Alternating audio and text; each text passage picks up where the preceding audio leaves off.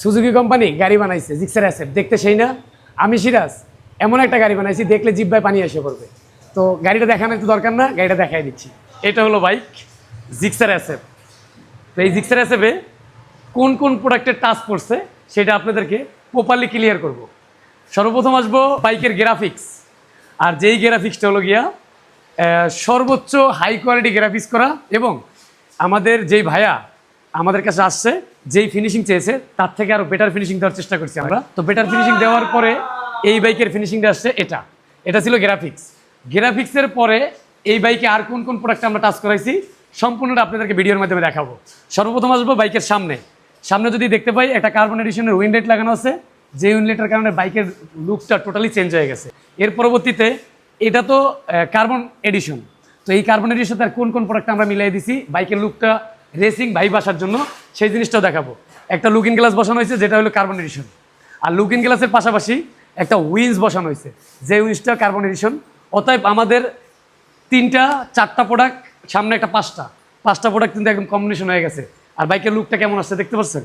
শুধু কি এটাই আমরা অফ রেখেছি যে এতটুকু এনাফ? সামনে ফেয়ারিং বসানো হয়েছে, সামনে ভাইজার বসানো হয়েছে, আর ভাইজারের নাটও কিন্তু বসানো হয়েছে।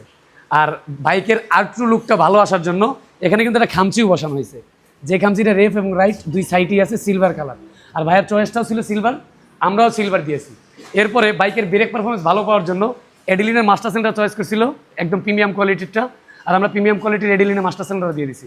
আর বামেরটা দিছি কিনা সেটা দেখতে মন চাচ্ছে না, যে ডাইনেরটা বসাইছি বামেরটা দিব না। এটা হলো বামের এডিলিনের ক্লাস। আর এডিলিনের ক্লাসটা দেওয়ার পরে দুইটা জিনিস উপকৃত হবেন। 1 নম্বর হলো গিয়ার শিফটিং ক্লিয়ার, 2 নম্বর হলো ক্লাসটা ধরে একটা সফট স্মুথনেস আসবে।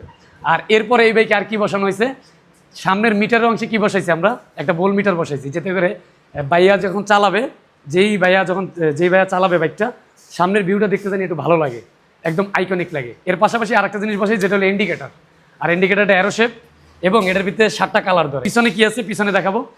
পিছনে টেলটিডি বসানো হয়েছে, আর ছোট লুকিং ইন্ডিকেটার বসানো হয়েছে, এটার নাম হলো মরিস ইন্ডিকেটার। আর টেলটিডি হয়েছে গিয়া সিএলসি টেলটিডি, যাতে করে বাইকের লুকটা, পিছনের লুকটা একটা রেসিং ভাইব আসে। অনেকেই খুঁজতেছেন না যে বেটার একটা গ্রাফিক্স করবেন, কোথা থেকে করবেন খুঁজে পাচ্ছেন না, অথবা আপনার মন মতো হচ্ছে না, অথবা আপনি যেভাবে চাচ্ছেন সেভাবে করে দিতে পারতেছেন না। আপনি কোথাও যদি সমাধান না পান, সেক্ষেত্রে আমাদের কাছে আসলে আপনার মনের মতো গ্রাফিক্স তো করতে পারবেনই, এর পাশাপাশি আমরা যেই গ্রাফিক্সটা এই বাইকে করছি এটাও করতে পারবেন, অথবা আপনার চয়েস যেটা ফার্স্ট চয়েসে থাকবে সেটাও আমরা করে দিতে পারবো। আমরা কি শুধু গ্রাফিক্স করি, অথবা শুধু পিপিআই করি, বা অন্যান্য কাজগুলো করি কিনা, এর পাশাপাশি সার্ভিস করি কিনা, এর পাশাপাশি রেসিং প্রোডাক্ট আমাদের কাছে আছে কিনা, রেসিং প্রোডাক্টের সার্ভিস আমরা দেই কিনা, আসলে কিন্তু আমরা সব ধরনের সেবাই দিয়ে থাকি। আর আপাতত কাজের জন্য, অথবা সিরামিক্সের জন্য, অথবা পিপিএর জন্য, অথবা গ্রাফিক্সের জন্য আমরা কিন্তু কোনো সিরিয়াল নিচ্ছি না।